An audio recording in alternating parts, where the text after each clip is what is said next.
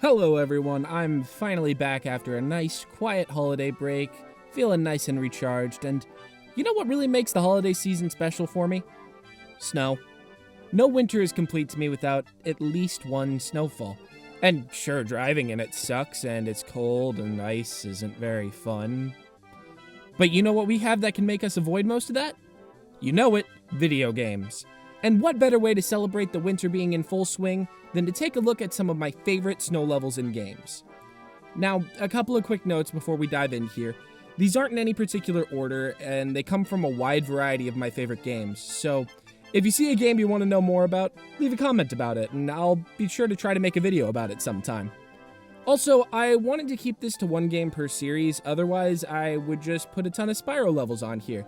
And as much as I would love to just talk away about Spyro all day, today isn't the day for that. Anyways, let's get going with our first level.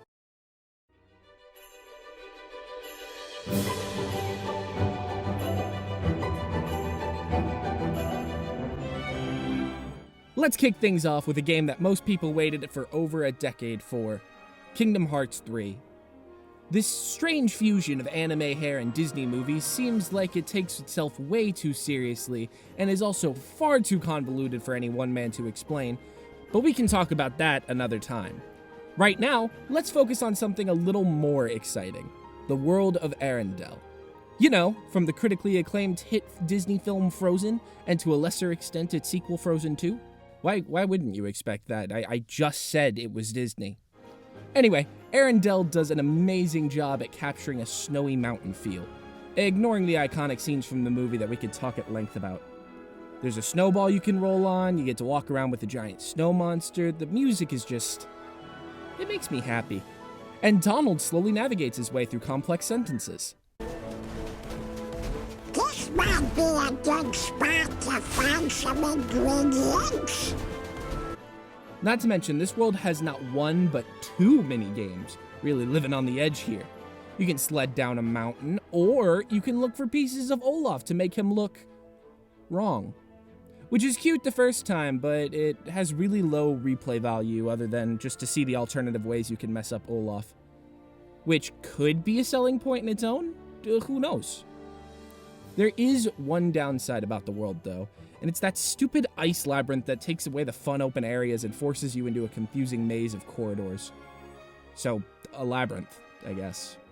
You know, I could have inferred that from the name, I suppose.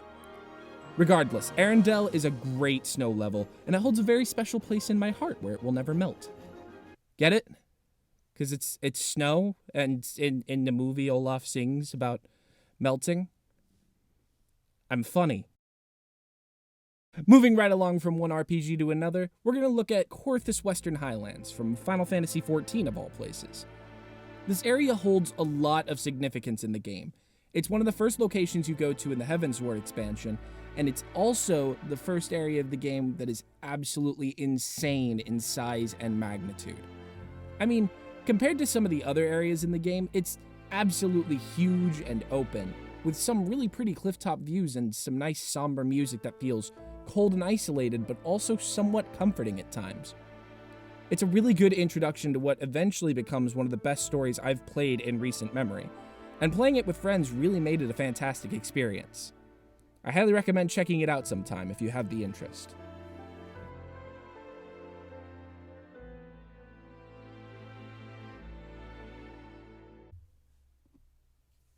Next up comes a game I've already talked about on this channel, Immortals: Fenyx Rising. Since I made that video sometime over a month ago, I've played the entire game from start to finish, and I have to say, this is possibly my favorite game of last year. It's fun, it's funny, the world is absolutely a joy to explore, and I learned quite a bit about Greek mythology. And if you don't want any area spoilers, I recommend skipping ahead because our next area is the last one you'll have access to in this game. Give everyone a minute to move. Are we good? Okay. King's Peak is the snowy mountain to the north that you'll have to glide to when you finally can.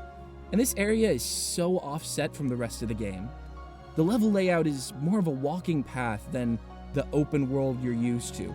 And you can't just climb everywhere like in the rest of the game because there are sections of cold spots that sap your stamina away faster than a really fast thing. I don't know. But between the chilly waterfalls, the snow falling, and the tense atmosphere, this area easily becomes one of the most standout moments in this amazing game. It's super cool to look up and just see the mountains standing tall over you with lightning striking the peak, or to see all the wildlife running around and trying to tame the mounts. There's even a legendary mount that you can get in this area that looks super cool. There's probably more than one. I've only found one. That's not the point.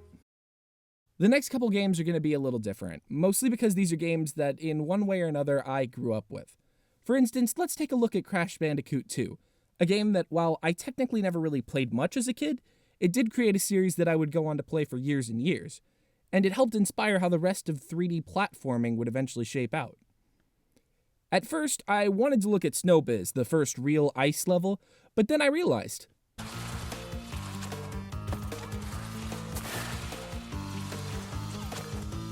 I hate ice physics in this game. With a passion. So instead, we're looking at Barret, the introduction to everyone's favorite little bear friend, Polar. And you know what makes Polar great? You can bounce on him outside the portal and he doesn't mind at all. But more important than that, Polar is really fun to control. Dodging totem poles, jumping over orca-infested water, freezing to death, and having him sit on your head, it's all an absolute blast. Plus, that music, it's so iconic. It doesn't control as well in the Insane Trilogy, but the visuals on it are so good that it's forgivable. This is definitely the better way to play Crash Bandicoot in this day and age. Moving from one member of platforming royalty to another, we're going to move on to Spyro the Dragon. More specifically, we're going to look at Frozen Altars from Spyro 3. This level is super unique because Spyro actually has ice breath instead of his usual flame breath, which means that you can create some platforms out of your enemies to get around the level a little more efficiently. This level also has the more well-known Yeti boxing minigame, which is honestly still a bore to play, but it's also pretty fun to see all the different ways that they choose to use the side characters throughout the game. Honestly, it's hard to describe exactly what it is about this level that I like so much. The music is cheerful, the area is super pretty, it just makes me happy every time I come here. Spyro 3 is definitely my happy place, and it makes sense that I would revisit this when I'm feeling sad or down. Again, I can't recommend checking this out enough, which is really true for all of these levels, so I don't think I'm gonna repeat it anymore.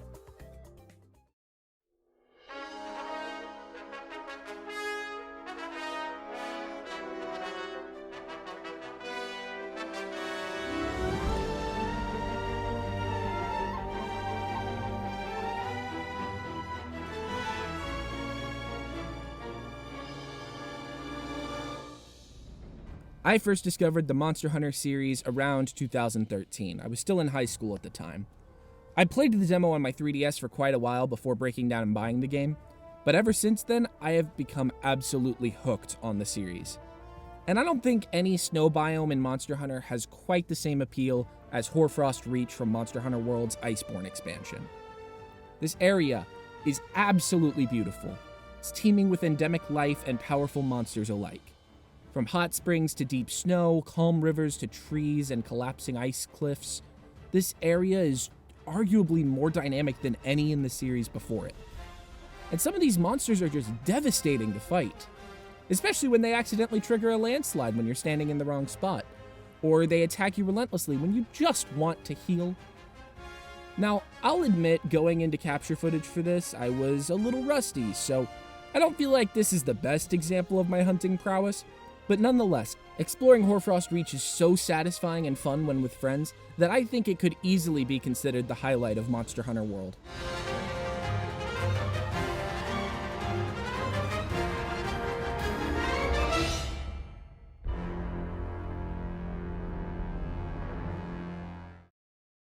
Alright, so I just mentioned exploring areas with friends, which I couldn't do for Monster Hunter, sadly, when I was recording footage.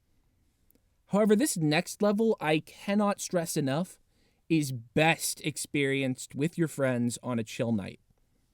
Rally Point Delta from Risk of Rain 2 is one of the many random levels you could experience during your run of the game. It has a chance of spawning in around your third area cleared, and it is so calming to run and loot through. The feeling of trying to make your way across the level, looking for all the chests you can find while trying to hold back the horde of spawning enemies.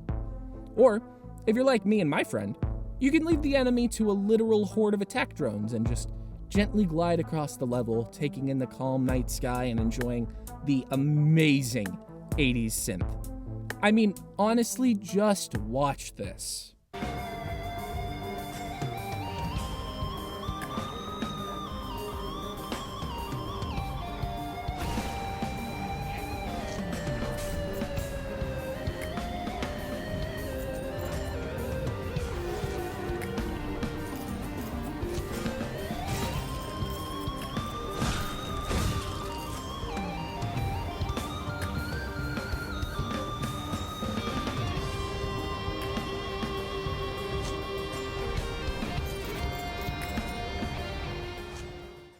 It's amazing how 1 second the game can look so chaotic and crazy, and then the next it can be something you can just zone out while playing and not stress too much as you move forward. There's also a chest hidden on this map that you can only open if you make it within 10 minutes of starting the run. And for those of you who are asking, no, I haven't opened it yet. And honestly, I don't know that I ever will, without a serious amount of luck. Moving into our final level of the day, I decided to save this one for the last for a number of reasons. Primarily because I spent the most time here since it came out, meaning I have the most to say about it. But also because this level comes from one of my favorite game series of all time, and it is a level that is very near and dear to my heart despite being so new and recent. I'm talking about the planet Europa from Destiny 2. This level fully encapsulates what I want in a snow area. It's serene, it's mysterious. You feel alone and cold, but at the same time you feel a force from within driving you to keep exploring the ruins of humanity. The mysteries of the Braytech ruins, the Vex architecture poking out from the planet's surface, the dynamic weather that makes it randomly become a blizzard so dense you can't see 3 feet in front of your face. It's all absolutely perfect. Each of the levels I've listed before this did something unique with the theming of a snow level, but I feel Europa does it all and more with what's given. Not to mention the secrets upon secrets that Bungie tucked away into this area. Hidden penguin souvenirs that you have to reunite, dead exos you need to scan to understand what life was like for some of them. Some of the secrets aren't even tracked, they're just events that could occur while you explore. You have a little camp where you can display trophies that you've earned by finding these secrets. I mean, honestly, I could gush and gush about how much I love Europa. And I know I said I wouldn't recommend checking things out anymore, but I have to plug it now. Destiny 2 is free to play with most of its activities, so if you're interested, you can download it and go check out the secrets Europa has to offer for yourself. So there we go. These are some of my favorite snow levels. I know they come from a variety of different games that vary in style, but that's what makes themed levels so interesting. Two developers can have somewhat similar takes on the same theme, but they can both be super interesting. But if you have a level that you think is great, let me know in the comments section, and be sure to like, comment, and subscribe. I hope everyone had a great holiday season, and I have to ask, is that a new shirt? It looks really nice on you. I, of course, am super glad to be back and working on stuff, so stay tuned for more regular content coming every week. As always, I've been Andrew, and I hope you have an awesome rest of your day.